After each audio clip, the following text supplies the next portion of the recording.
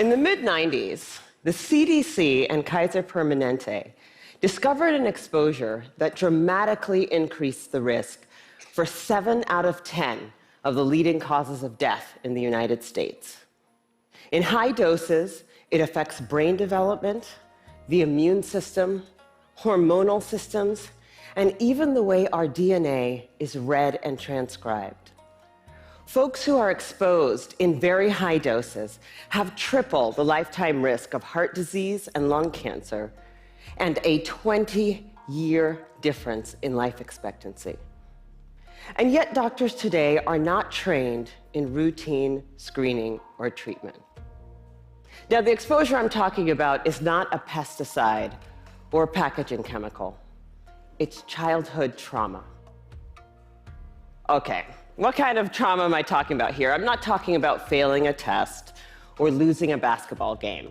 I am talking about threats that are so severe or pervasive that they literally get under our skin and change our physiology. Things like abuse or neglect, or growing up with a parent who struggles with mental illness or substance dependence.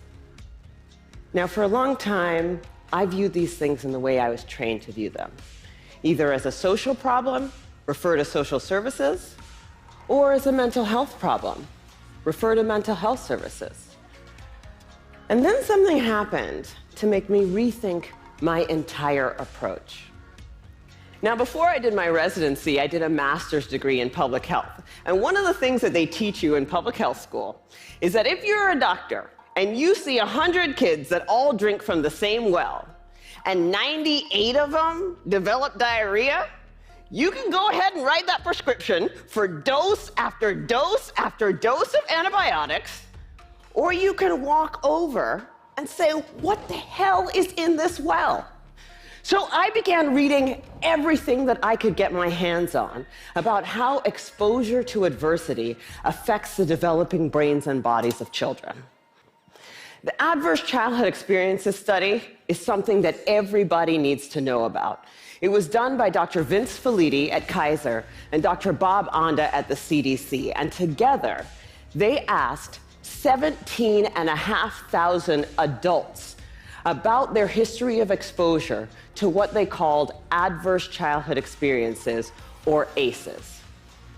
Those include physical, emotional, or sexual abuse, physical or emotional neglect, parental mental illness, substance dependence, incarceration, parental separation or divorce, or domestic violence. For every yes, you would get a point on your ACE score.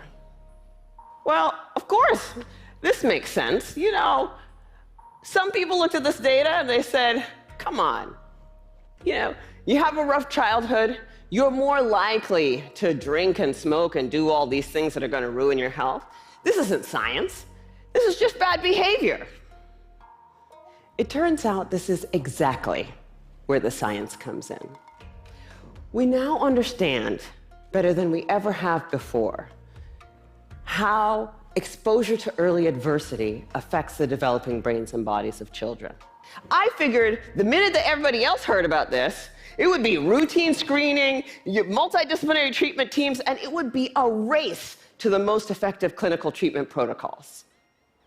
Yeah, that did not happen. And that was a huge learning for me. Adverse childhood experiences are the single greatest unaddressed public health threat facing our nation today. And for a lot of people, that's a terrifying prospect. The scope and scale of the problem seems so large that it feels overwhelming to think about how we might approach it. If I were to ask, how many people in this room grew up with a family member who suffered from mental illness? I bet a few hands would go up.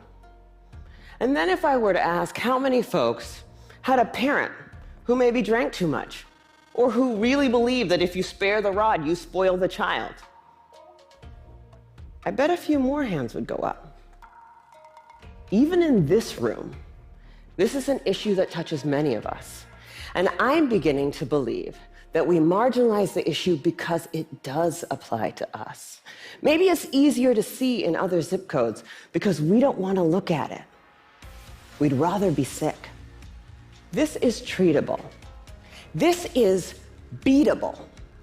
The single most important thing that we need today is the courage to look this problem in the face and say, this is real, and this is all of us. I believe that we are the movement. Thank you. So there are a few things that I'm going to touch on about this story that had twists and turns and holes. So Harmonie admitted that the story was made up, and Mom was there. She was saying that she provides and she doesn't know why Harmonie keeps running away and why she would lie. Now, before I go further, I talked about what would cause situations like this to happen in the video that's on the screen. That video is about how the effects of long-term trauma manifests. This situation is in there. Other situations that we deal with as a community are also in there. Like everybody else, I believed this story until more information came out, and then I was disappointed by what I saw, really disappointed. I'm happy that we know Harmonie's whereabouts now, but I'm still left wondering what is actually going to happen with this situation. What's going to happen with Harmonie in the future? The overall consensus is that this story is off. That's what most people are saying. And I'm happy to see that. But what I'm wondering is, what's the point of coming back on camera to do a second video in the first place? This is something that I personally think you should handle privately. This is a big deal. If this story is true, this is a big deal. So, was there a promise of the cut of the GoFundMe money?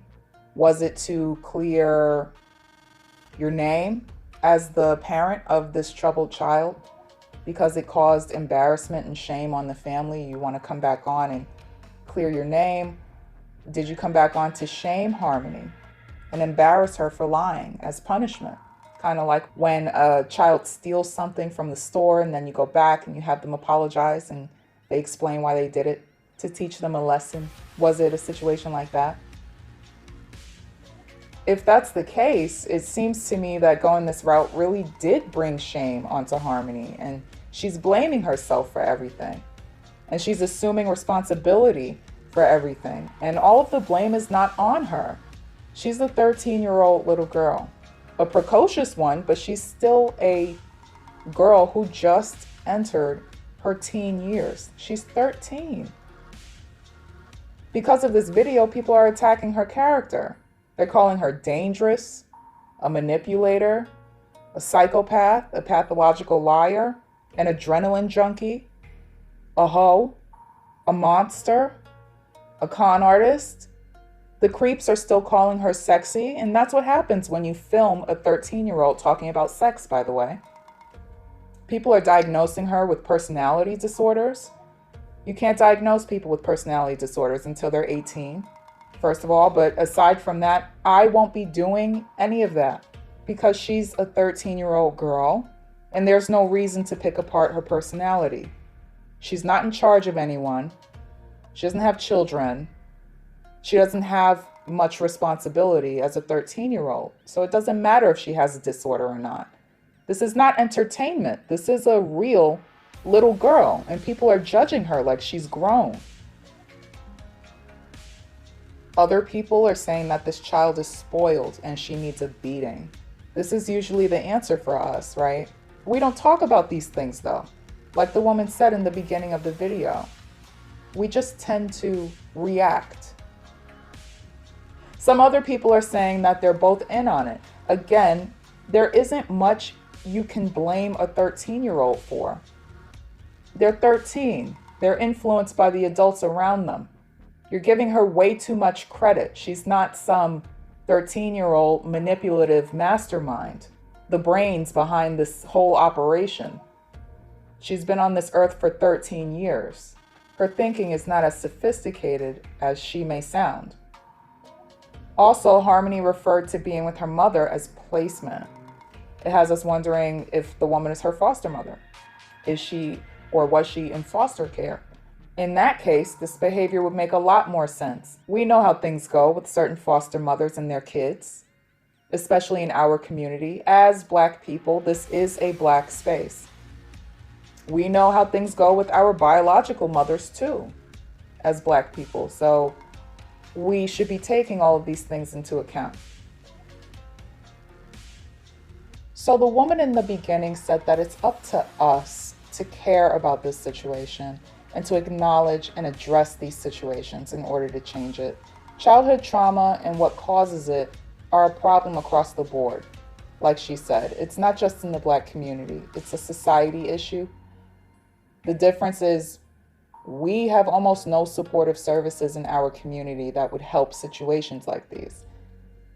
We have Ayanla Fix My Life, and that's about it. That's our most reliable way of dealing with our family issues, winning the lottery that it is to get chosen for a TV show. It's not just a matter of Black families just don't want to go to therapy, even though that's also a problem.